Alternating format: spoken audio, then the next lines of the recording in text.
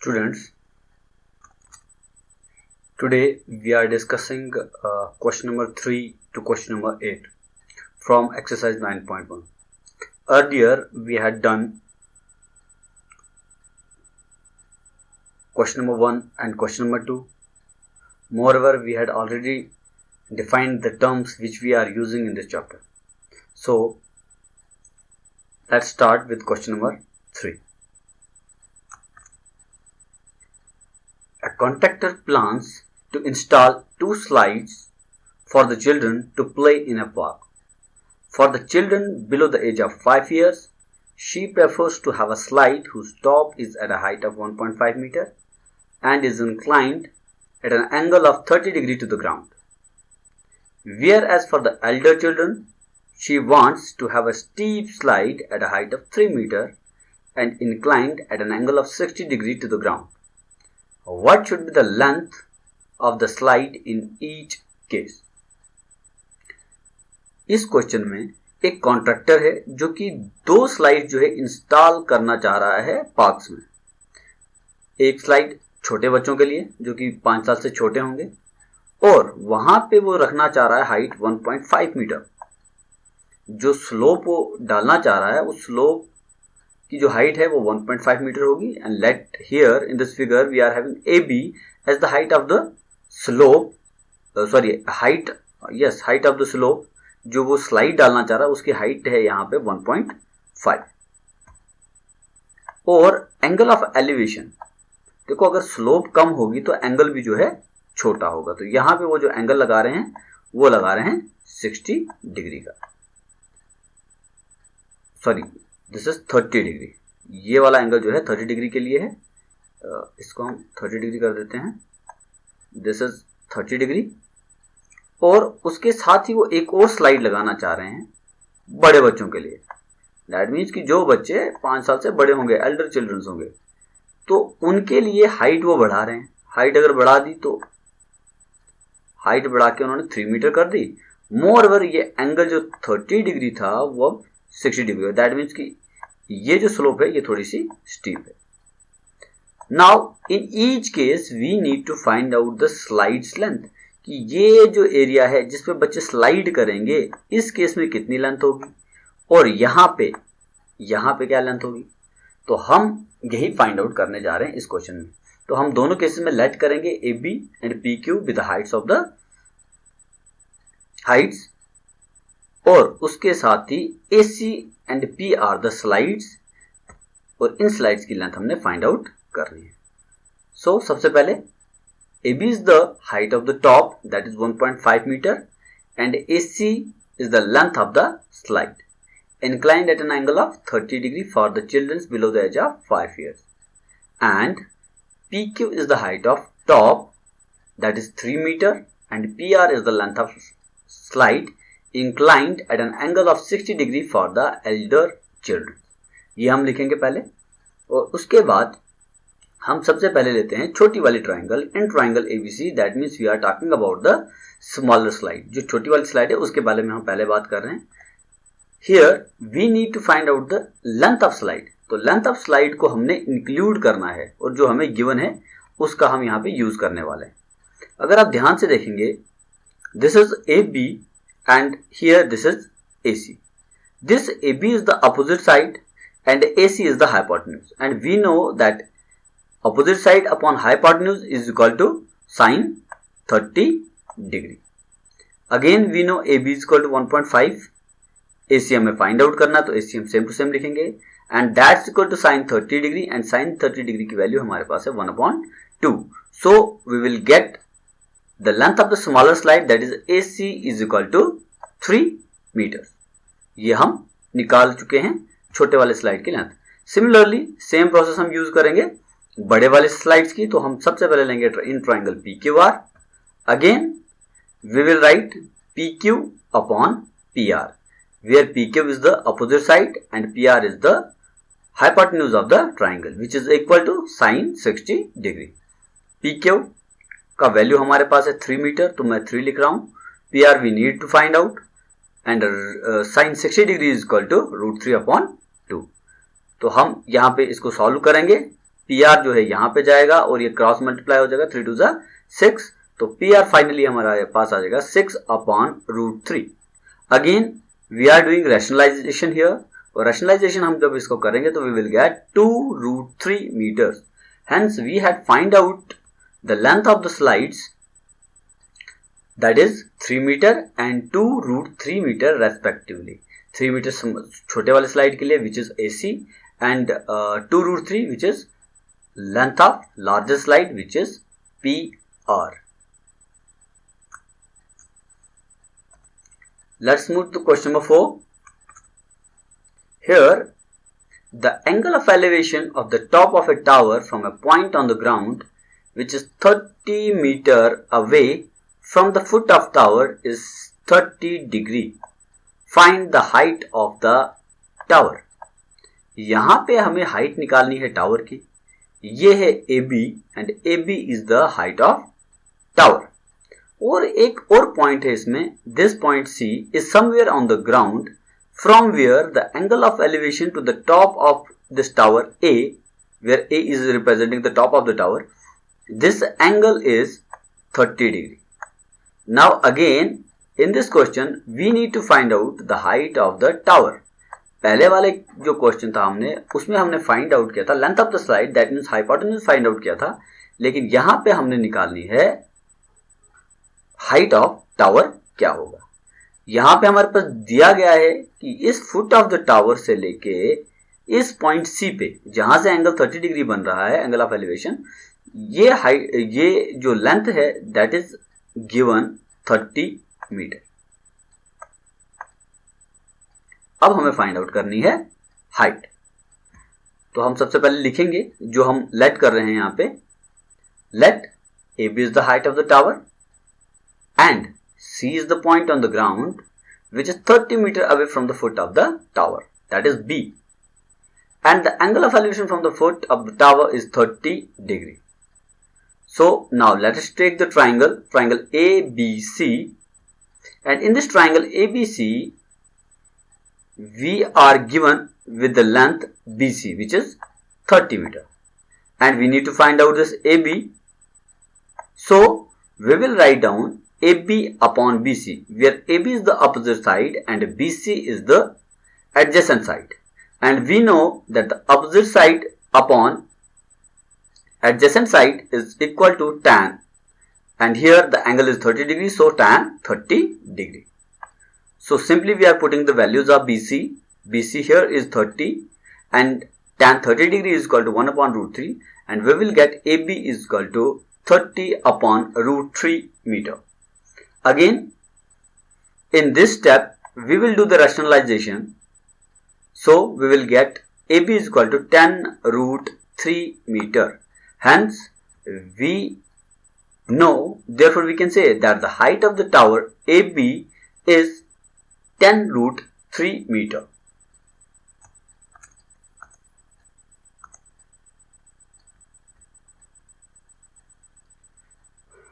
Question number 5. A kite is flying at a height of 60 meter above the ground. The string attached to the kite is temporarily tied to a point on the ground.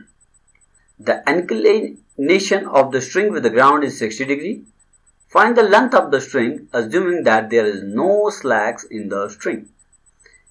इस question में हमारे पास एक kite है जो कि fly कर रही है। हाइट जो है 60 मीटर दिया गया है, जो कि ग्राउंड से हाइट है काइट की, दैट इज 60 मीटर। और उसके बाद ये जो स्ट्रिंग है इसको हमने टेम्पररी अटैच करके रखा है, दैट मीन्स कि ग्राउंड पे किसी एक पॉइंट पे हमने इसको बांध के रखा हुआ है, और उस पॉइंट से एंगल ऑफ इंक्लिनेशन जो है 60 डिग्री है। तो find the length of the string, और हमने फाइंड आउट करनी है length of the string.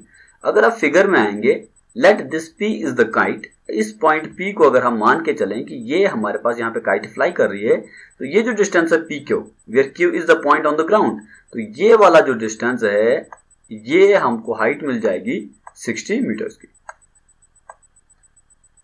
Now इस पॉइंट R पे हमने इस पतंग को जो है बांध के रखा है ग्राउंड पे, और यहां से देखने पे हमारे पास जो एंगल ऑफ एलिवेशन है दिस इज 60 डिग्री।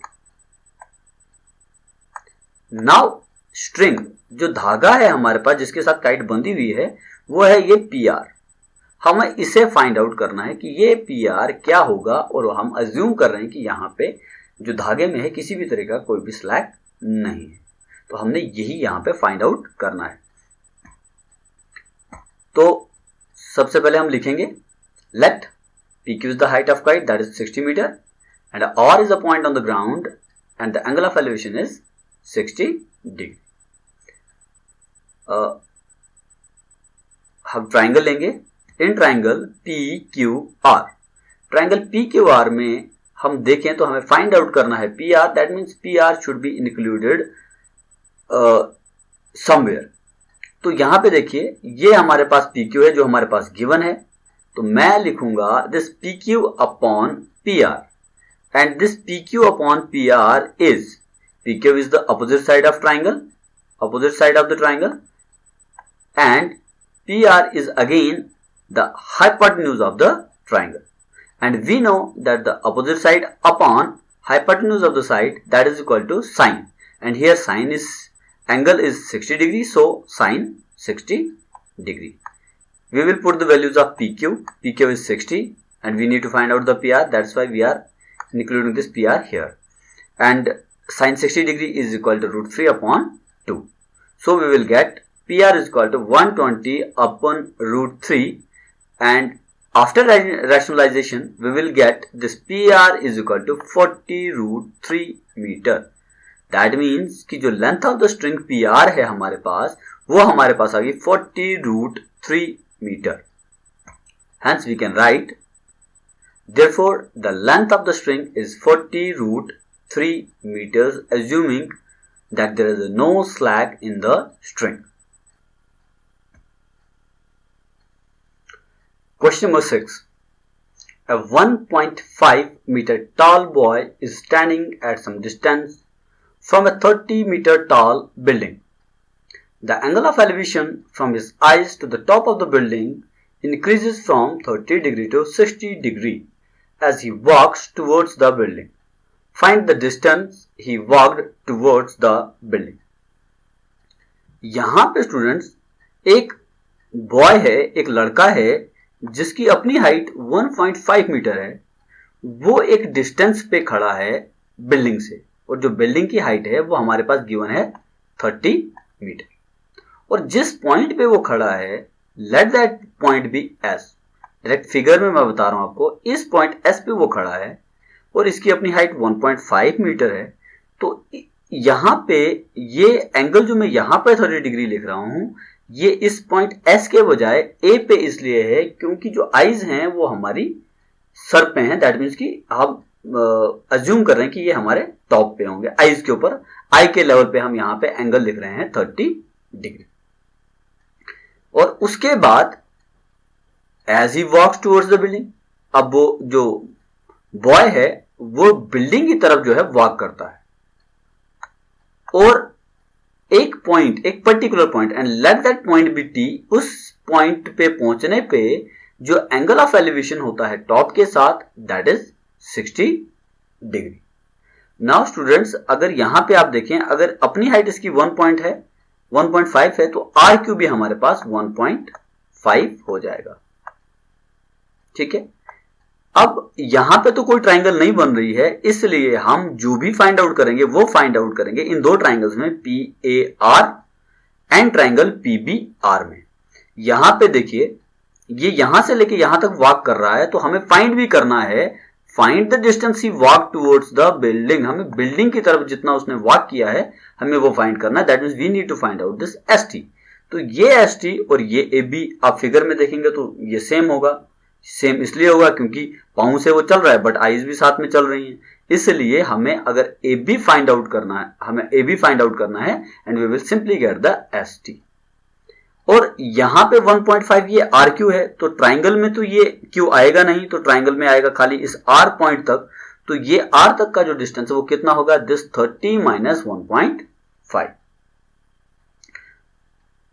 तो चलिए इसको लिख लेते हैं। पहले हमने अपनी फिगर्स में क्या क्या लिया हुआ है। Let the initial position of boy is S and from where the angle of elevation to the top of the building is 30 degree, and then he walks to T, and now the angle of elevation becomes 60 degree. Now from here we can find out the height, and height PQ. We know that PQ is 30, and we can write that PQ is equal to PR plus RQ. So as already told you that we need to this PR in the triangle, so we will find this PR. And from here we can write that PR is equal to PQ minus RQ. So 30 minus 1.5 that is equal to 28.5. तो मैं इसको fraction में लेके solve करूंगा rather than points में. तो हम इसको अगर इस तरीके से करेंगे तब भी हमारा आंसर गलत नहीं होगा, तभी सेम होगा हमारे पास आंसर. लेकिन मैं इसको फ्रैक्शन में ले रहा हूं 57/2, क्योंकि आपके बुक्स में जो आंसर है वो फ्रैक्शन में दिया गया है. तो मैं इसको 57/2 मीटर ले रहा हूं. So now let us take a triangle, and that triangle is triangle PAR, and in triangle PAR, PR upon AR. हमें AR, आप सोच रहे होंगे सर AR क्यों निकालना तो AB था. एक्चुअल में अगर हमारे पास ये AR आ जाए, क्योंकि इस ट्राइंगल में तो AR कंप्लीट आएगा और इस छोटी ट्राइंगल में ये BR कंप्लीट आएगा. अगर मैं इस AR में से BR को माइनस करूंगा तो मुझे AB मिल जाएगा, और यही हमें करना है. So let us find out this AR first. So in triangle PAR, PR upon AR. Here in the triangle PR is the opposite side and AR is the adjacent side. So opposite side upon adjacent side is equal to tan 30 degree. And here PR is, we had already find out this PR is 57/2 meter. So we are putting the value 57/2. This AR is same here in the denominator. And tan 30 is equal to 1/√3. So AR is 57√3/2 meter. That means this AR is 57√3/2 meter. Now let us take the smaller triangle. In triangle PBR, again we need to find out the BR. That means the rest of thing remain the same. This PR is again opposite side from the figure, and BR is again the adjacent side. But here angle is 60 degree, so we are writing tan 60 degree. PR is again 57/2. BR we need to find out is equal to √3. tan 60 की value जो है हमारे पास √3 है. So BR is equal to 57 to √3. In this very particular at this very particular point, we are going to do the rationalization. That means multiplying denominator as well as numerator by √3. So we will get 19√3/2. This is BR. Now we need to find out AB, and I already told you that for this AB we are going to do subtraction AR minus BR. So let us do that. Therefore AB is equal to AR minus BR. AR is 57√3 and BR is 19√3/2. After subtraction we will get 38√3/2, that is further equal to 19√3. And also AB is equal to ST. ये आपको मैंने पहले बताया AB और ST equal क्यों होगा. तो AB और ST इक्वल हैं, AB और ST इक्वल है. Therefore we are going to write, therefore the distance covered by the boy towards the building is 19√3 meter. Question number 7. From a point on the ground, the angle of elevation of the bottom and the top of a transmission tower fixed at the top of a 20-meter high building are 45 degree and 60 degree respectively. Find the height of a tower. यहां पे students एक transmission tower है हमारे पास.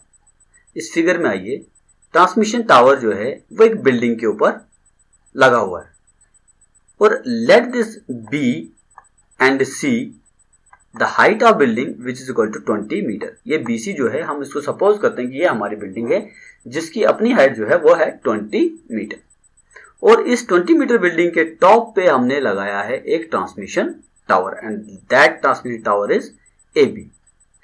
इस transmission tower के top से एक point जो ग्राउंड पे है, एक एंगल ऑफ एलिवेशन जो है वो है 60 डिग्री, और फुट ऑफ द टावर को मान के चलें या टॉप ऑफ द बिल्डिंग से बात करें, इसी पॉइंट पे एंगल अगेन बनता है 45 डिग्री का। हमें फाइंड आउट करना है इस टावर की हाइट क्या है। That means we need to find out this AB हमें फाइंड आउट करना है। सबसे पहले हम इस ट्राइंगल में आएंगे, इस छोटी वाली ट्राइंगल में। इस छोटी ट्राइंगल में से हम ये निकाल सकते हैं और फिर इसी की हेल्प से हम ये वाला दिस AC को हम फिर से निकाल सकते हैं। तो सबसे पहले हम लिखते हैं कि हमने क्या अज्यूम किया। यहां पे हम अज्यूम करते हैं late BC be the building having height 20 meter and AB be the transmission tower and D be the point on the ground from where the angle of elevation to the top of the building is 60 degree and to the top of transmission tower is 60 degree। यहाँ पे top of the building पे अगर आप देखें तो ये है 45 degree, वो यहाँ पे हमने नहीं लिखा है, इसको मैं यहाँ पे आप यहाँ पे लिखेंगे 45 डिग्री। बिल्डिंग का टॉप या फिर foot of the transmission tower पे जो एंगल है वो है 45 डिग्री, और टॉप से इस D पे जो एंगल बन रहा है top of the transmission tower से D पे, तो वो बन रहा है हमारे पास 60 डिग्री। तो चलिए अब चलते हैं ट्राइंगल में। तो हम सबसे पहले लेते हैं इस छोटी वाली ट्राइंगल BDC। इस ट्राइंगल BDC में हम लिखेंगे BC अपॉन DC और CD, दोनों में से कुछ भी लिख सकते हैं। तो हम लिख रहे हैं BC upon CD, where again BC is opposite side of the triangle and DC is the adjacent side of the triangle, and we know that opposite side upon the adjacent side is equal to tan theta, and here angle is 45 degree, so hence tan 45 degree। BC we know is equal to 20 degree and CD is same, that is equal to tan 45 का value होता है हमारे पास 1, तो हमारे पास हो जाएगा CD is equal to 20 metre. That means ये BC और CD यहाँ पे जो है इक्वल है। यहाँ पे 2 बार इक्वल गलती से लिख दिया है, तो मैं यहाँ पे BC लिख देता हूँ, क्योंकि BC और CD तो सेम है ना। BC का वैल्यू तो ऑलरेडी हमारे पास 20 था, तो मैं इसे भी लिख सकता हूँ BC is equal to CD is equal to 20 metre. मुझे खाली ये CD फाइंड आउट करना था। CD और BC दोनों ही बराबर है 20 मीटर। अब लेते हैं हम दूसरी ट्राइंगल, इन ट्राइंगल ADC। इस ट्राइंगल ADC में हम देखें तो AC जो है AC upon CD again. AC is equal to what, AB plus this BC। तो मैं इसको लिखूंगा AB plus BC upon CD, that is again equal to tan 60 degree. This is again opposite side upon adjacent side, that's why ये वाला और ये वाला part जो ऊपर वाला पार्ट हमने किया वो सेम है, इसलिए मैंने इसको दोबारा नहीं बताया। Here the angle is again different, यहाँ पे 45 था, यहाँ पे 60 डिग्री, बाकी कोई चेंज नहीं है। यहाँ पे हमने आधा वाला लेंथ लिया था, BC का लेंथ लिया था, यहाँ पे फुल लेंथ ले रहे हैं, तो फुल लेंथ में AB प्लस BC है। इस ट्राइंगल का जो फुल लेंथ है, AB is the height of the transmission tower and BC is the height of the building, तो AB plus BC upon CD is equal to tan 60 degree. Now इस BC का value हमारे पास 20 है और CD का value भी हमारे पास 20 है। आप BC की वैल्यू डायरेक्ट 20 डालें और CD का वैल्यू 20 डालें, और यहां से हम फाइंड आउट करेंगे B। तो we will get AB is equal to 20√3 minus ये वाला, ये 20 यहां पे चला जाएगा तो हो जाएगा 20√3, बट ये वाला यहां पे प्लस 20 है तो इस साइड आएगा तो माइनस 20 हो जाएगा। तो यहां पे AB निकल जाएगा हमारे पास, AB is equal to 20 multiplied by √3 minus 1। यहां पे हमने एक्चुअल में 20 कॉमन लिया हुआ है, so we can write the height of the transmission tower is 20 into √3 minus 1 meter.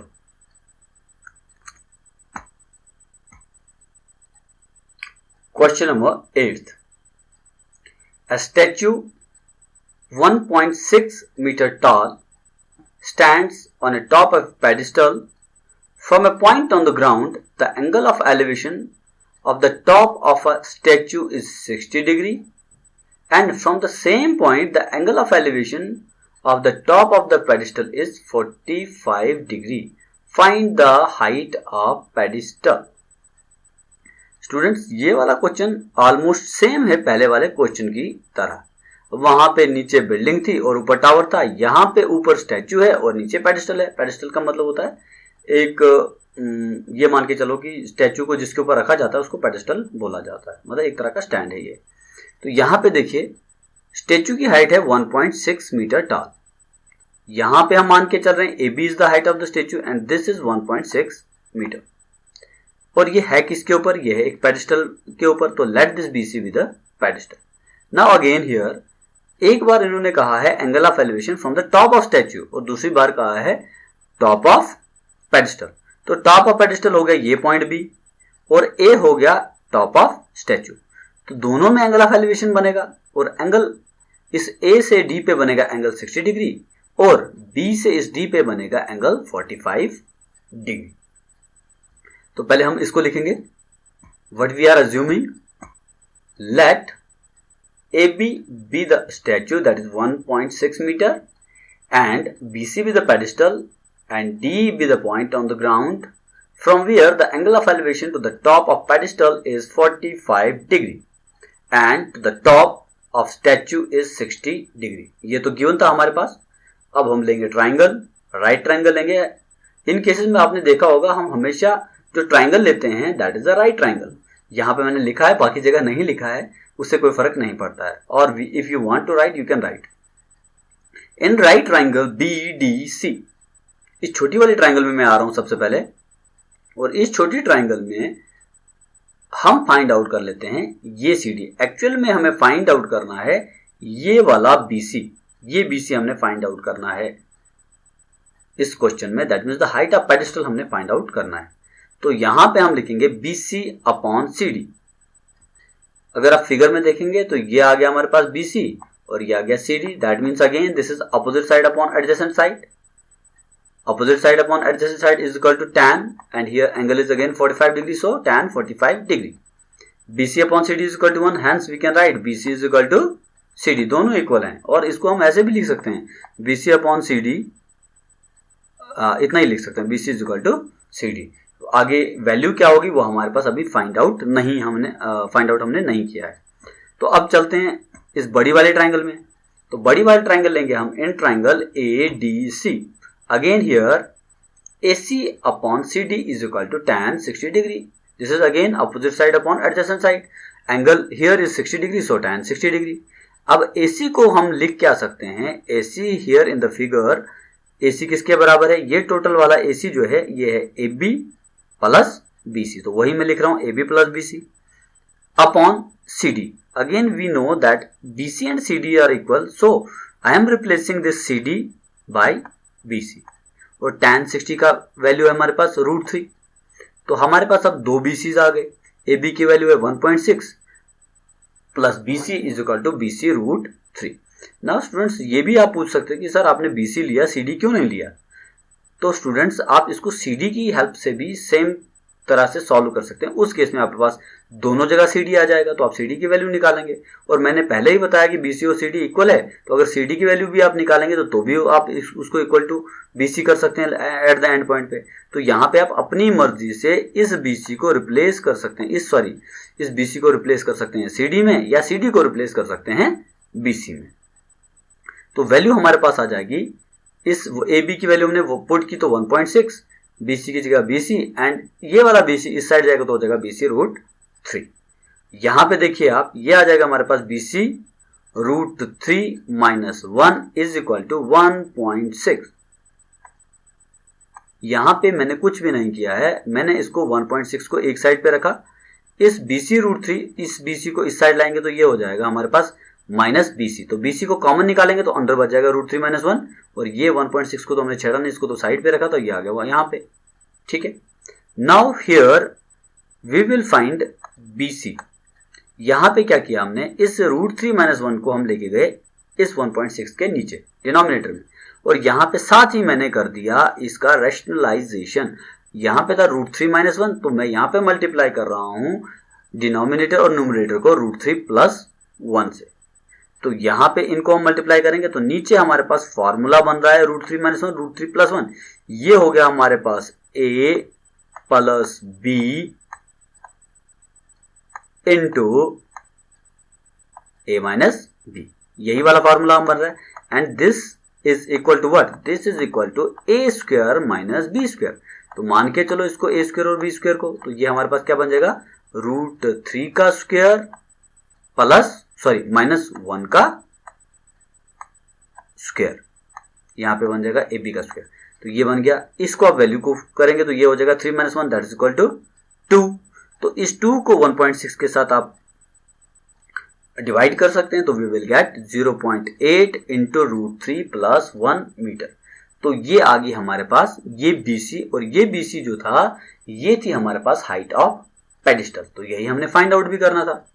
So we can write the height of pedestal is 0.8 into √3 + 1 metre. Thank you.